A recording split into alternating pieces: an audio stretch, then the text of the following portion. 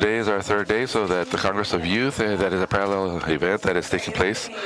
They just went on a field trip. They went to the Pacific Ocean, to the Pacific side. So we appreciate being here. The idea for this forum, I don't know if we can go on to the next one.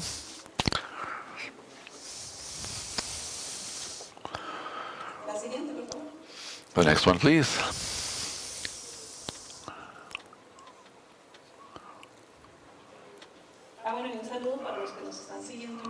And greeting to those who are following us virtually through the network. The United Forum is to be able to talk about the Governance Committee, the Governance Marine Governance Committee. It's a topic that for me is very important to talk about. We just had a panel recently where they were talking about very interesting topics regarding the limits, the marine limits that we also have in a series of aspects for the part of governance. This forum is especially operational. In 2019, we made a governmental decree in which I participated in the signing of that decree. And at that moment, it was very exciting for me because there were 6 ministries that were going to have a starting role in the decision-making regarding the sea. So evidently, it was a myth that was very important at that moment. At that moment, we noticed that the academic part didn't have a representation within the decree. But within the decree, there was also a committee that at that moment was called the Council of Corals, and we were a group of scientists and NGOs advising the government as a part of the structure to this governance committee. And then at the end, we were invited to the meetings in which particularly the thing that we were going to work on in this governance committee was to generate management units, because evidently we have to channel and make plots within the sea to see who has to make decisions regarding what. It was something that was very important at that moment, and since we were all new at that moment, we had panel members within the governance committee that told us how we could make that decision in the best way possible. So we were in session for a while. Right now, the academia was not summoned. I know they have been meeting. The topic today is to get to know, on behalf of the institutions, how they might contribute to generate this guiding entity within that part of the marine governance. So I'm going to present the panel members. I present to you Master Diego Vicencia León. The other slide, please. Next slide. Next one, please. Thank you. Diego Vicencia León. Diego is the head of the dispatch of the Ministry of Energy. And environment and energy. He has graduated from the School of Law, and he with a specialty in environmental law.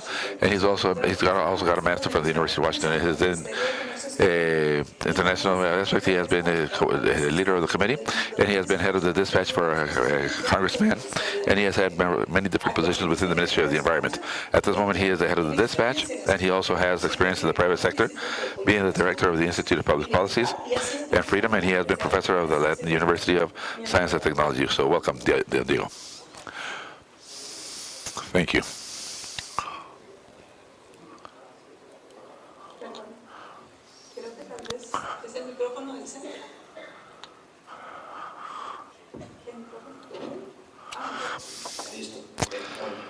Thank you very much. And also, I'm the Secretary of the Marine Governance Commission. Thank you very much. I also present to you the next slide, please. Next slide, please. Thank you. The previous one. Thank you. Our representative of the Ministry of Security, of Public Security, is the Commander Juan Carlos Vargas Guerrero. Juan Carlos, he is a marine biologist that graduated from our university, and he is the environmental officer of the Coast Guards of Punta Arenas, Coast Guard of Costa Rica. He has a broad experience in the environmental aspects, international environmental aspect. He has also held many positions. He is also a colleague of mine in the Regional Council. We are part of the Regional Council of the Marine Cocoa Islands, the group that makes decisions regarding the Cocoa Island.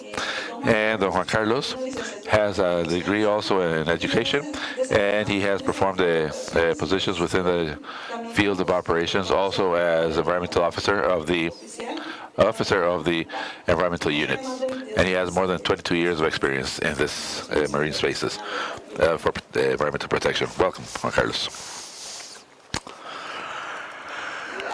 Thank you. As representative of the Ministry of Public Works and Transportation, we have Dr. Bernie Jimenez Rojas. He works specifically in the Marine Portuary Division. He has a degree in law from the Central University, a master's also in criminal law from the University of the Americas with a specialty in law, a master's in administration also from the University of San Jose, and a degree regarding the regime for public sanctioning from the University of Salamanca. And he is also a graduate from the PhD of the University of Costa Rica. He has been a professor of 2 universities, like the Central University of Law and the University of San Jose, and he is a member of the evaluating committee for the degree thesis in the WACA. He has been a public official for 25 years. He has worked in the General Prosecutor's Office in Santa Cruz and the General Prosecutor's Office in Public Law, and the National Council of Viability as litigation, and he is the director of the Marine Portuary Division of the MOPT. Thank you. Welcome, Bernie. Then we have, thank you. As part of the representative of the Costa Rica Institute of Tourism, we have architect Luis Augusto Lemus Zamora. He is the executive director of the Interinstitutional Commission of Marine and Touristic Dockings. The architect Lemus is also works as an executive director, where he leads key initiatives for the sustainable development of tourist infrastructure. He has more than 15 years of experience as architect in the private sector, and he is specialized in design of residential projects, commercial, industrial, and landscaping. In his trajectory, he has held different positions, not only at the ICT, but also at the Ministry of Public Works and Transportation. And he has been an architect, a coordinator, a fiscal inspector, and of governmental infrastructure, sustainable governmental infrastructure. He has also worked as an auditor for the Convention Center and president of the Occupational Health Committee of the ICT of the Costa Rican Institute of Tourism. Welcome. The Congressman Manuel Morales Diaz, who is a member of the official party, has just canceled because the president has just summoned to a press conference, so everybody had to go there. They already sent us excuses. We'll have more time to be able to talk to him. We have also invited not only the Congressman Manuel Morales, but also the Congresswoman. Next one, please. Congresswoman Katia Cambronero Aguiluz, because they are the Congress persons that have been more involved in marine projects. She is a Congresswoman for the Liberal Progressist Party, a member of permanent commissions regarding environment, livestock, control of public expenditure, commission of the energetic public sector. From her office, she has promoted sustainable economic development initiatives like the competitiveness of the agro-livestock sector, the elimination of monopolies, and the function of optimization for the state. Some of those most representative projects in the matter of environment have been the initiative for the protection of marine coastal varieties, that I think that at this moment is under a revision at the Congress. The regulation of pesticides that are highly dangerous for the health and the environment, also something that is very important. And she has also been consultant for international development organizations like the Inter-American Development Bank, Mar Viva, Foundation Cruza, Fundes Central America, Fundación Internacional in the strengthening of SMEs and in the adding value for the fisheries. Welcome, Ms. Katia. Okay, thank you. Okay, so if you want, we can leave the slide because the dynamic of this panel right now is that the panel members are going to have approximately 5 minutes each so that they can talk a little bit about the perspective of their institution so that we can empower the part of marine governance in Costa Rica. So I give the floor now so that you can maybe begin with Mr. Diego Vicenzi.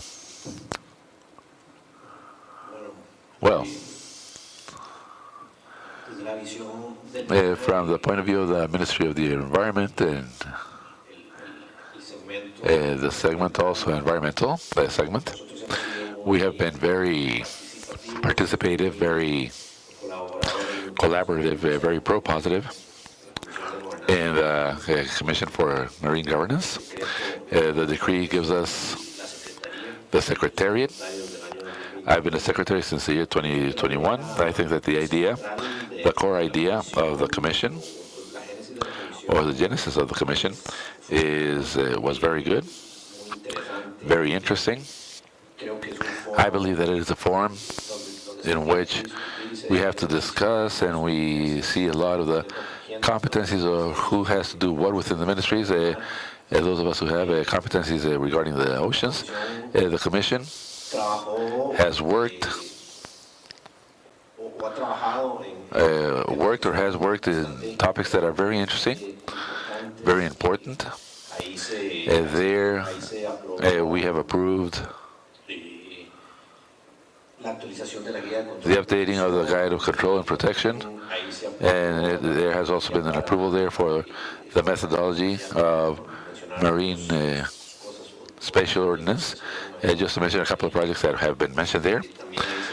There we also have some requirements that have taken place that we need, or that need at least the knowledge of the Commission for some international grants that have been approved at the end of 2022. The Commission also is changing, it's mutating. I think that as time goes by and the needs as a country, also the view that we have as a country, the Commission is in a process of reforming. There is the Commissary Martinez, who is the one that represented the Ministry of Security before retiring. He left a series of proposals for reforms to the decree. Mr. Alberto Lopez, who assists on behalf of the ICT, also has made some observations to the decree. I made some on behalf of the MINAE, so we are working there a little bit on trying to see in what way we can modernize the Commission a little bit to attend to the current needs and the current vision of the marine products that we want, and to incorporate also the best practices or good practices, environmental practices at sea that are taking place now. If you ask me, I believe that the methodology that has been created via decree from the executive power, it makes it very agile. They have the capacity of changing or of adapting to the needs of the government in a very agile manner. It is not the only forum in which subjects related to marine governance are discussed. I have been since the previous administration, and I am in this one. So I have also seen how from other points of view, from other groups of the government, there is also, or there has been a consolidation of that interinstitutional bond in favor of the marine governance. I don't know, the MINAE, at least from our point of view, we have had contacts and very important participations in other forums, as I mentioned, the Board of Directors of Ecopesca. We have been very active in the Board of Directors of Isla San Lucas Island. Along with Verni, we want to do some work groups to see some topics in the Caribbean. So I believe that there is a complete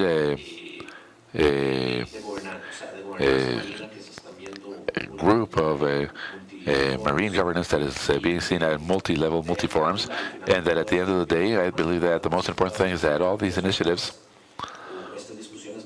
or all these discussions that are taking place, are going to feed that commission, and hopefully, very soon we will have this decree that we want to reform so that that commission can really be used in the best way possible. But I would like to point out that the genesis of the commission, or the idea of the commission, is it was very good. I believe that it was a vision that is a very integral of everything that wants to be done at sea. And now we are in the process of modernizing it and to really have it have a better use. Thank you very much.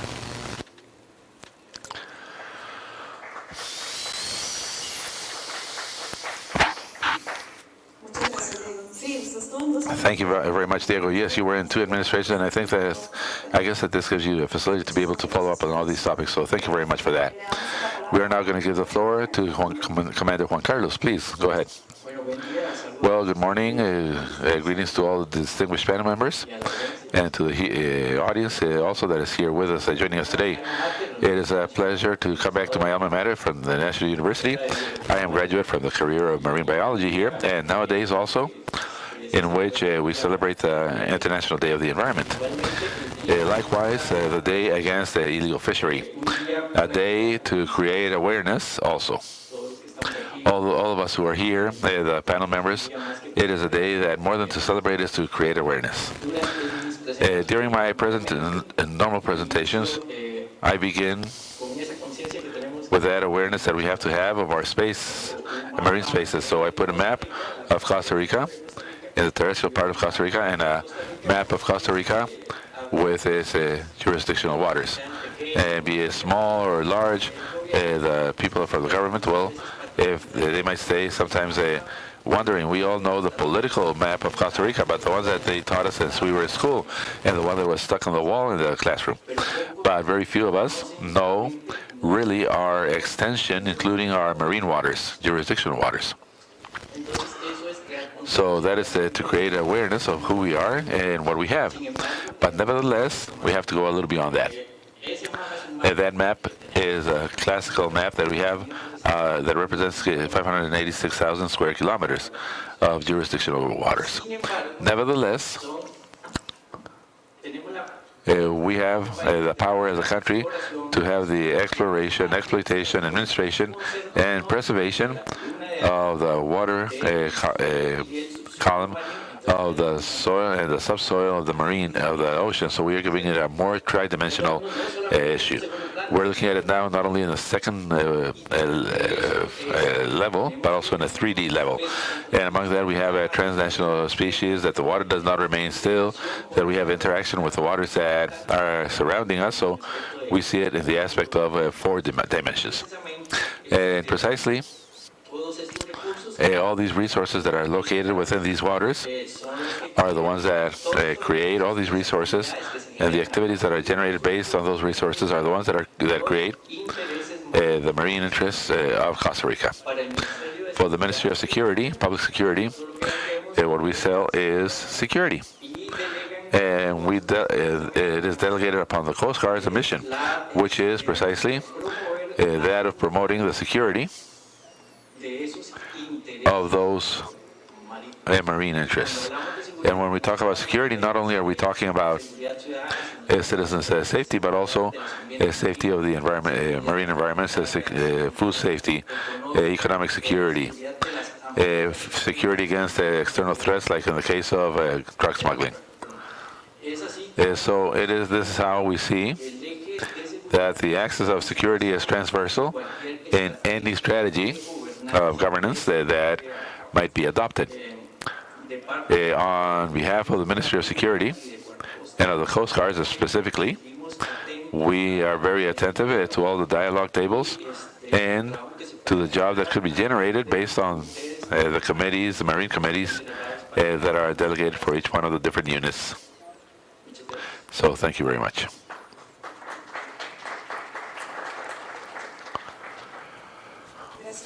Thank you, Juan Carlos.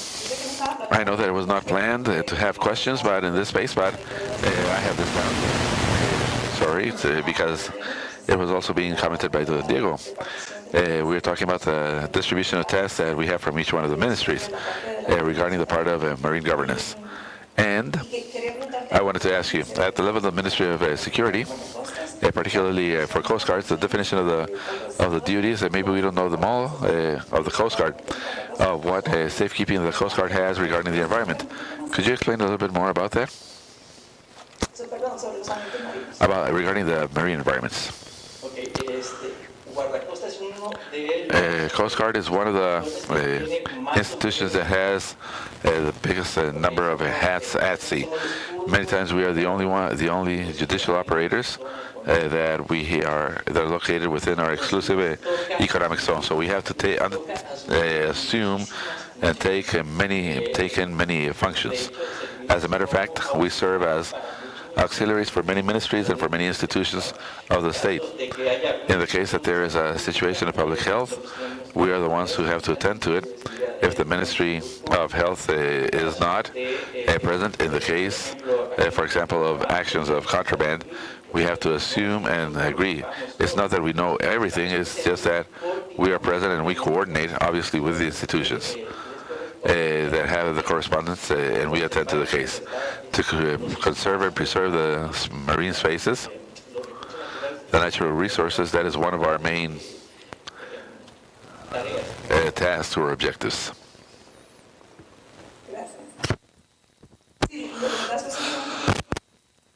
I was asking precisely because of that, because we know that within the Ministry of the Environment, the functions of preservation are very clear, and I forgot to mention that on behalf of the Ministry of Livestock and Cattle, that they designated a Minister of Fishery. Dojena was not able to accompany us today, so they absorbed the part that is more productive. So I wanted to have the functions very well determined within each one of the ministries. So both MINAE as well as the Ministry of Security and the Coast Guard, they are more of control and protection. And the part of more production and management would be that of the Ministry of Agriculture and Livestock through Incopesca. Just to have the duties and to determine very clearly what the functions are for each one. So go ahead, Architect, please. What are the duties of your institution? Thank you. On behalf of the ICT, obviously, we have made a task, an extensive task throughout many years of proposing Costa Rica as a destination, country destination, sustainable with the characteristics unique within the protection and the preservation and the projection of what we want in matter of a safekeeping of our resources, natural resources. We have done a very important job throughout all this time also with sectors of businessmen and tourist associations of the people in the zones to empower them and to give them courses and companionship so that they can also develop and perform and be able to offer a tourist product to those tourists that visit us.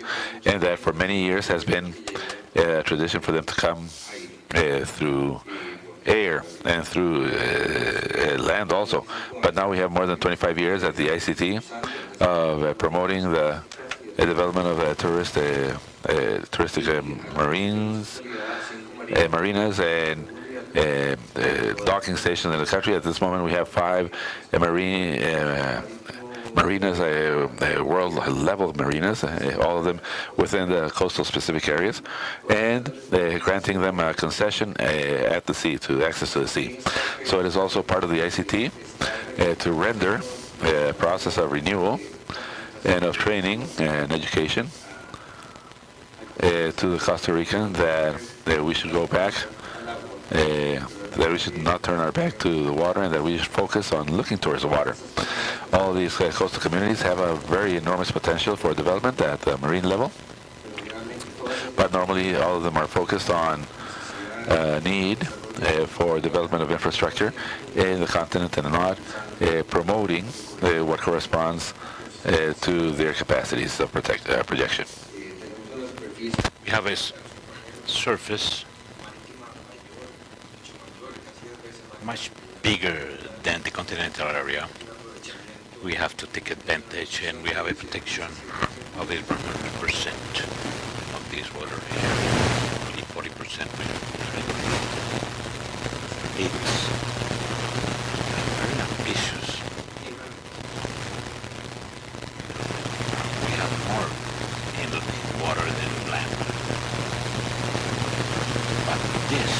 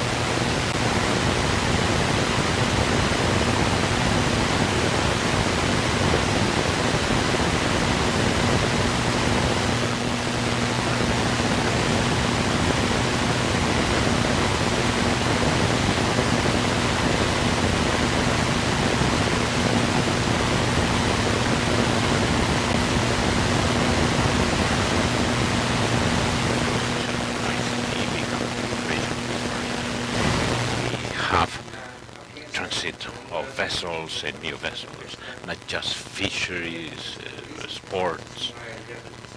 And besides that, we have super yachts, mega yachts, and expeditions. This area, territorial area, marine territorial area, we need to have navigation routes to determine how these vessels are to move around, to have critical points. We need marine signaling, and if we are promoting nautical tourism, Costa Rica has to be aware that there are many things we have to conduct from land. We have many stakeholders, and everyone from their perspective do what they can. But we need to ponder that starting from this roundtable, we need consolidate the actions we have been mentioned, to identify them, to add them in one single effort. It's not good to have different efforts, important efforts, individually concentrated towards one goal. Marine governance is a must, as Don Diego mentioned. We have undertaken big efforts. But it's not in session since 2022. We need to reactivate it. More than the initiatives, we need to increase our awareness, to have consolidated efforts from all authorities.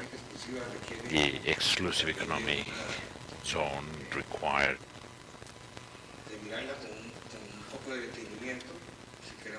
we have to pay attention if we need to establish governance in the ocean, as the agreement states. These special areas, we have to consolidate these complementary services areas required in order to deploy projects that go beyond mariculture.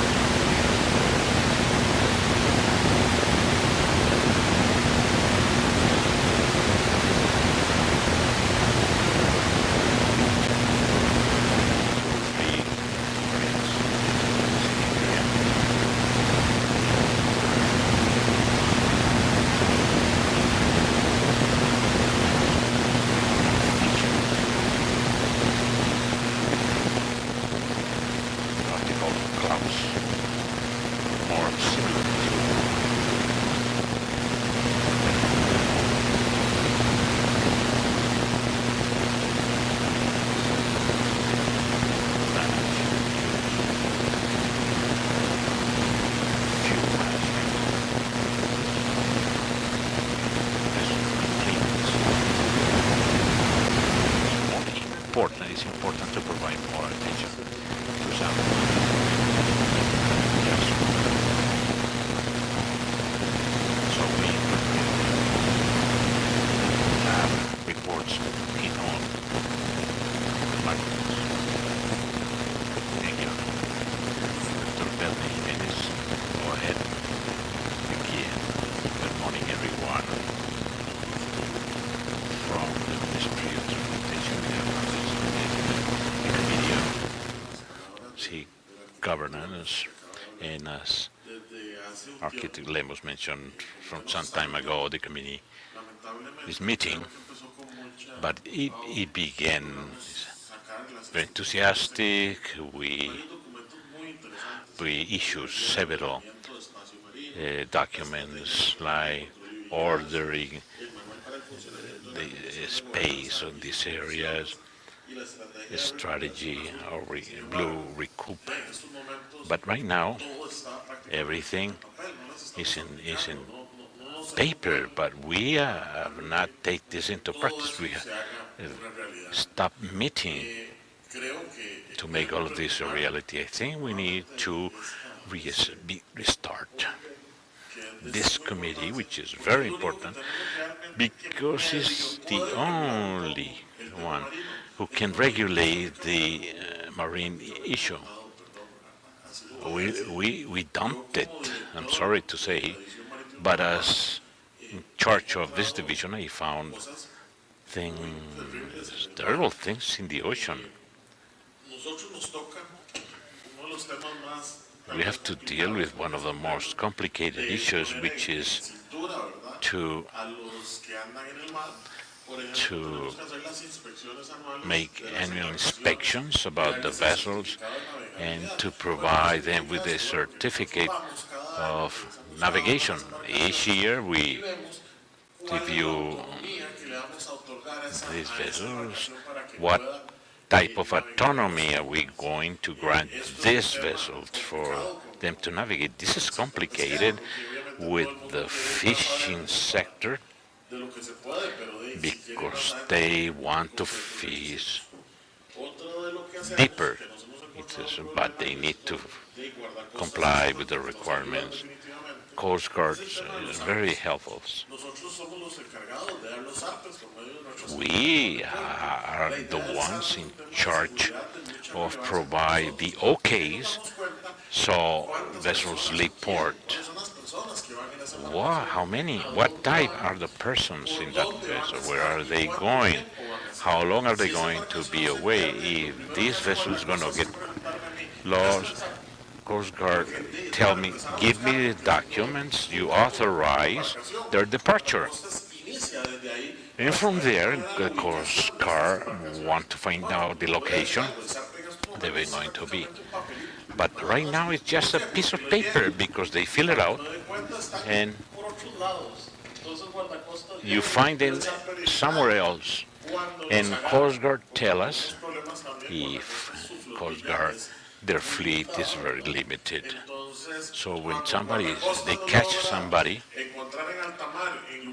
in places where they're not part of this permit, they inspect. All of this is articulated. We need tech elements of better quality. For example, we are doing a great investment in in 2 ports. We have the VTA systems to control the vessels. We have to determine where our vessels are, and we do not know. So we're investing, big investment. We'll have the first tender in Moín, also in Caldera, and this is the idea is to articulate the means we have. We have the fisher Palanque. They know where they have the catch instruments, and I have to go to for pesca to request a permit.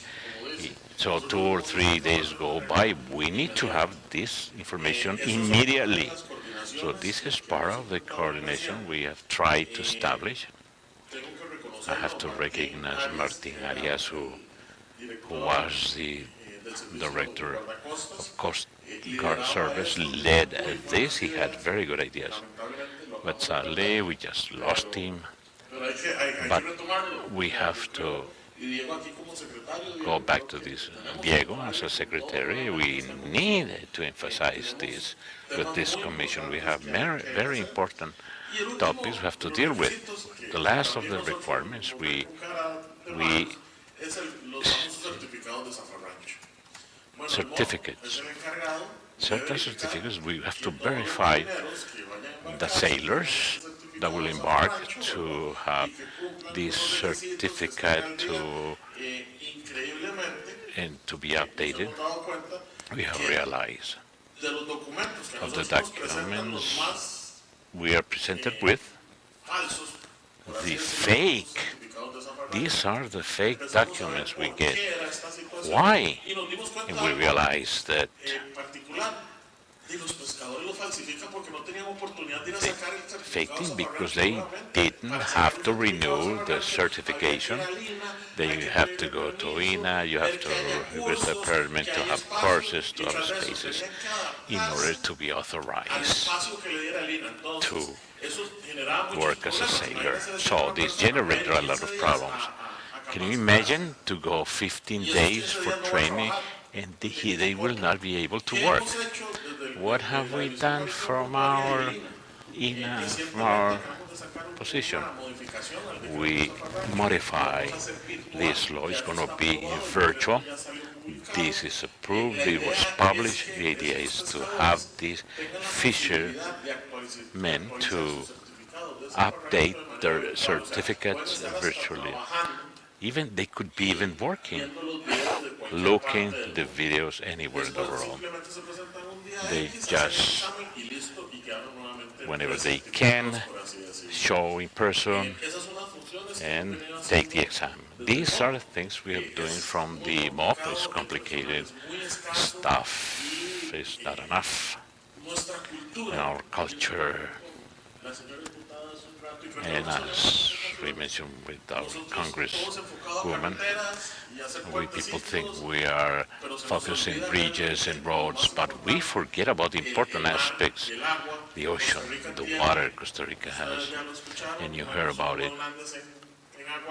You're a specialist in water. The maritime part, we have left it aside. It's something that definitely we have to deal with it again and to start generating new legislation to regulate this properly. Thank you.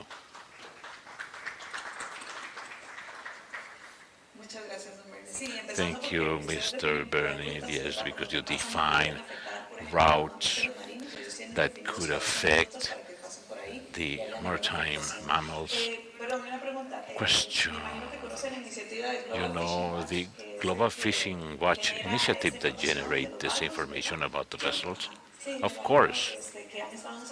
And you have been part of the meetings. We have tech platforms to tell us where are the vessels. No, we don't have information. We are establishing agreements with InfoPesca. Important because this platform uses algorithms to understand when two vessels are together. They could be human trafficking or drugs or illegal fishing. So these algorithms with AI is helping us. We haven't been able to coordinate with the public institutions and other. One aspect that I forgot is important for you to know. Costa Rica is lagging behind in port infrastructure. We have it's abandoned. We do not have ports. Neighbors, we have initiative in Congress. Doña Katia is leading preparing this bill. At least from the government, we're trying to create this. We have 30 points located, chosen. We have to build these local piers. We are making the studies embarcaderos y la China. Hay que ver lo que hace una mujer a punto de We dar a have luz. to see what Cómo tiene que a salir de woman una have to isla do para to poder come ir out al from hospital, the o sea, Cheetah Island meterse al to agua get to the prácticamente en labor hospital, de parto. Esto no es even posible when she's que en Costa giving Rica a birth. estas This alturas is no incredible. tengamos esa infraestructura, What, por we ejemplo, en don't las have islas this y en structure in the lugares islands and tan places so estratégicos strategic, turísticamente touristically que con el speaking. ICT lo hemos hecho. Por With ejemplo, ICT podemos we have hablar done it. We de can talk Pavones, about podemos hablar de Pavones, Zancudo, we can talk Monfito, Puerto Jiménez. Puerto Jiménez. O sea, todo el país, nuestro país está lleno de agua. La gente necesita y People utiliza need las rutas de to cabotaje. use Pero vea qué extraño, these tenemos rutas de routes, but we cabotaje, have yo las these doy routes. y me pregunto, ok, I para una ruta de provided them, cabotaje but yo ocupo one un of puerto A, these un puerto B, routes una I ruta. need a port A, Nosotros port B. damos rutas porque los We puertos no provide existen. routes, Entonces but la we gente don't lo have que hace es ports. llegar a un So what people do a un punto is donde se they tiran reach to a point, prácticamente o they ahí a la tierra jump y esa into es the la ruta de ocean and cabotaje que yo estoy dando. A mí, get perdón, to pero eso land. me parece una barbaridad. Cabotage. O sea, si nosotros no tenemos If we do not have infrastructure, tenemos que ver cómo la we construimos. have to Porque find gran these cantidad de costarricenses places of los cabotage utilizan, because a lot of Costa rutas para Ricans use these transportarse. routes Y es la for única forma. transportation, and it's the only mean they have. Gracias. Listo. Ahora sí, vamos con nuestro último Thank panelista. you, our last Doña panelist, Katia, adelante. Gracias. Congress. Se escucha. Sí. Woman Muchísimas gracias, Katia, Carol. thank Un you, gusto estar con Carol. Diego, It's con good Juan to Carlos, be con with Bernie, Diego, Luis. Bernie, Y como Juan ustedes Carlos, ven, lo Luis. acaban de ver, As you justamente, heard, de la urgencia que tiene este país the de urgency desarrollar to developing legislation in terms of Costa Rica no puede marine seguir governance. Costa Rica dando pasos a cannot ciegas en el tema marino y sobre todo la gobernanza, entendiendo que somos be 10 blind. veces más mar que tierra, We're tenemos 10 times 530.000 more kilómetros cuadrados de territorio marino. ocean No estamos than land, entendiendo cómo and administrar we are not understanding how to manage them. If you see the governments of land governance versus the governance of 500,000 kilometers, we come short. It's amazing we have been doing with our marine area. As Don Bertie mentioned and Lemos engineer mentioned, we have been working in an isolated and regulating some aspects. Our marine territory is where we have possibilities of developing economic endeavors, sustainable. It's critical to talk about and to discuss these marine systems, nautical navigation, managing ports. Costa Rican Ocean, it's another country that we do not know how to manage. From this perspective, it's urgent to legislate. We have been working from my office to how to articulate different actors so we can build a law of national governance. I'm not a fan of executive decrees because it's a fad depending on the administration. If it is near to my ideology, it's okay. Otherwise, I'll just keep it in the drawer as had happened in many instances. But this administration has not been able to have clear objectives in marine issues. We don't have a vice minister of seas and an environmental vice minister. We do not have it. From this perspective, it's fundamental that national legislation to accompany development processes that we need as a country, projects with great potential we need to develop. I know that in this forum, we talk about a lot protection and sustainability. To think about the analysis and the controlling, managing, and development of activities or research about marine ecosystems this is wonderful. Costa Rica could be an international reference in biogenetic materials we could obtain from our oceans. But if we talk about economic analysis, very respectful from the people of MAGA. When we talk about the economic potential we have in our oceans, we have to relate it to the fishery activity. It's an element of just one element of many economic activities that have a lot of potential, especially from the sustainability perspective. So what's happening with the marine planning? I was telling Don Bernie, you can learn the areas of cabotage, routes of navigation, which are the best, the ecosystem we have. We have not proposed this. We should be formulating to have a framework of good marine governance, mariculture, fishing, responsible fishing, fundamental for the development of artisan members of the community, different stakeholders, big fishing fleets all the way to smaller artisan fishermen. How are we going to do it? We don't have a clear map of the state of our fisheries. What can we have if we right now, and ANTE have stated, we do not have information, we don't have data of the state of the fisheries. We cannot talk about a sustainable fishing without the right information to establish the marine species that we could be generating. These are among many things. And then we have to talk about security. Coast Guard, I admire them, the work they do. Even if they have a lack of resources, that is evident. We have a supervision because of the friendly governments that collaborate. But at our level, we do not have the right security in place. Port management, how the MOB Office of Port Administration.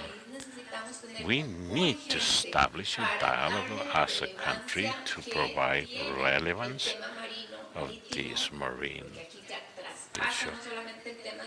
It's not just ocean in conservation. It's how that source we have there, how we manage it.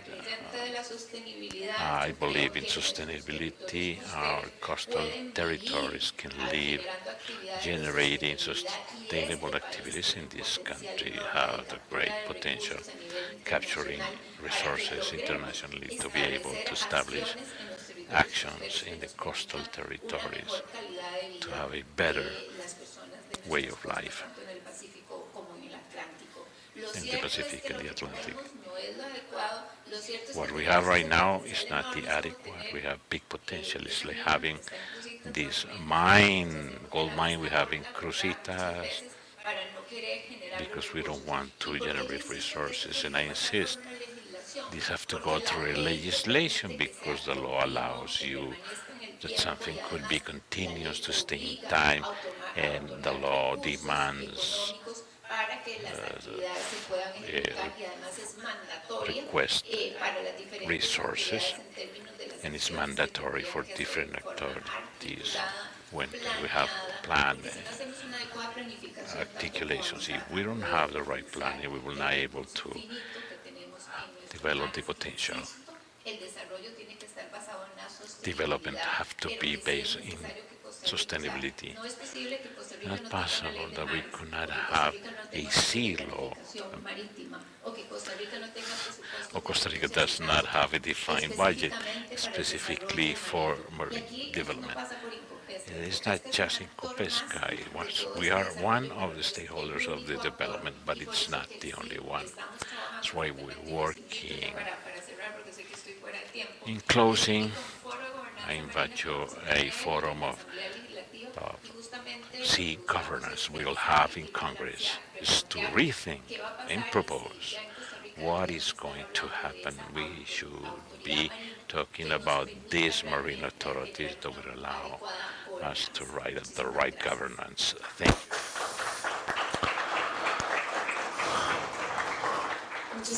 Thank you very much, Congresswoman. I believe that our seas, our oceans, deserve its law.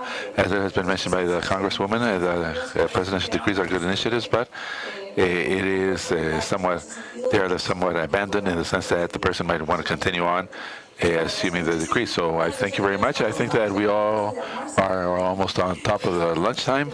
We will invite you to stay here and have lunch. If anybody has a question, if not, I'm going to go on to the conclusion. Does anybody have a question? Over here, please. Thank you.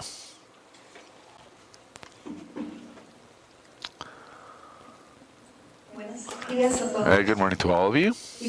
I would like to ask, well, I congratulate you beforehand, all the organizers, the Dr. Garcia, all the people for this excellent Congress. Wonderful presentations, wonderful presenters. We have had today since Monday.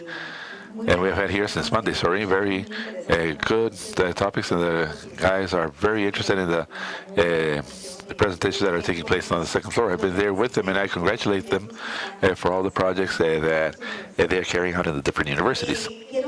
I would like to make two concrete questions. The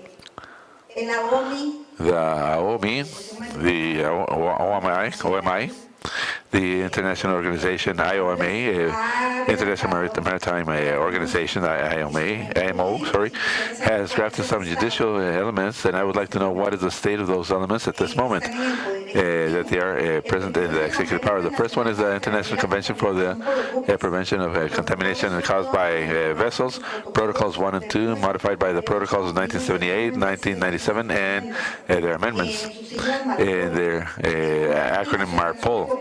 The International Convention for the Preparation and Fight Against Contamination with Fossil Fuels in the acronym OPRC and the protocols. And the third protocol regarding the convention regarding the prevention of contamination of the sea for the effluent of waste from other matters with their protocols and amendments. And this one doesn't have an acronym.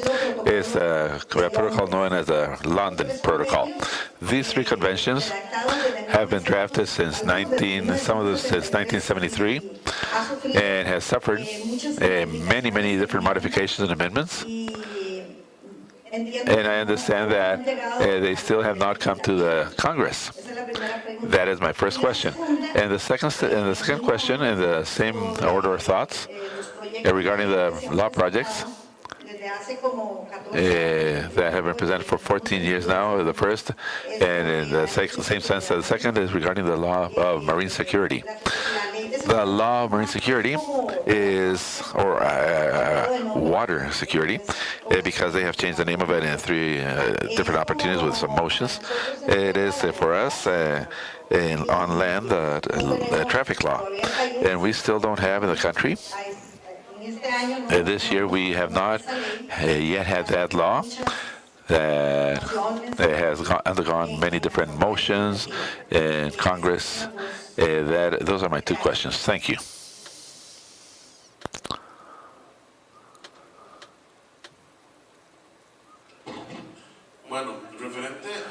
Well, with regard to the four international treaties, the Maritime Portuary Division last year worked very strongly on producing them. You were one of them. For me, since I became the director of the division, that was one of the first tasks that we did. I cannot understand how we don't have MARPOL in the country yet, and it's the first thing that I did when I got together with my lawyers in the division. We have already presented it since last year. It was presented to the presidency. My hope is that very soon it will reach Congress. Definitely, it is necessary, the Protocol of London. is something that we need. It's part of what the division that was owing this country, definitely. The Marine Portuary Division was owing this to the country. I don't know why the international treaties had been left in drawers, because that's the way it happened. It really happened. And last year, I think that we at least complied with our responsibility, at least in presenting as you know adequately. This was a very tenuous job. My people spent days on, never-ending days, maybe some extra hours even. It was terrible, but we were able to do it, and we were able to present it. With regard to the law of water navigation, well, definitely. The first one went through its 4-year term in Congress. That law came out of the Congress flow. It was presented once again, very respectfully from my point of view, I have to say it, because we were trying to back this law up. That law was tampered very much by many stakeholders. The law lost its sense in many reasons, and what we have considered is that everything should not be presented in one single law or large law. We should make different sections of the law. What Ms. Katia was just mentioning, I was working right now with my lawyers. We're very few because one of the lawyers left. We are only 3 lawyers that we have in the division. And to find lawyers that are specialized in this topic is very, very complicated, to be honest. And lawyers don't like to work on this, to be honest. So we have found, for example, we have tried to have a skeleton for the law of ports.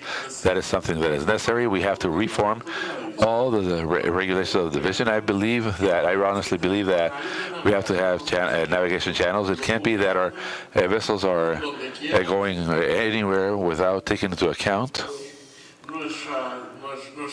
our ecosystems. We have to have those channels of navigation duly determined. All the countries have it.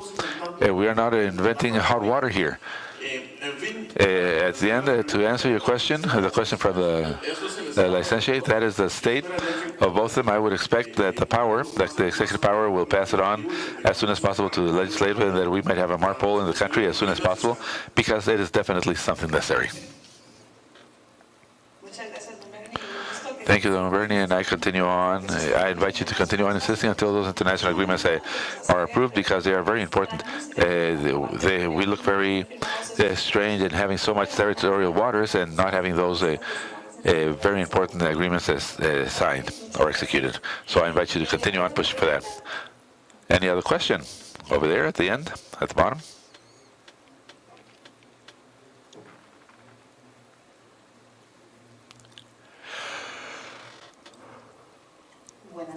Good afternoon. It's already afternoon to this distinguished panel that we have with us today, the Corafera Auditorium. I would like to invite you to a small space of interviews for Una UNED in the part of the lobby of this auditorium, because I believe that it is very important that, apart from the scientific community and the people that normally are connected to look at these type of events, well, that also the general citizens and the other type of public might have access to the information in a summarized manner. So I would really appreciate if we could later come to the lobby, to the right side of the lobby, and maybe there we might meet for an interview if it's okay with you guys. Thank you.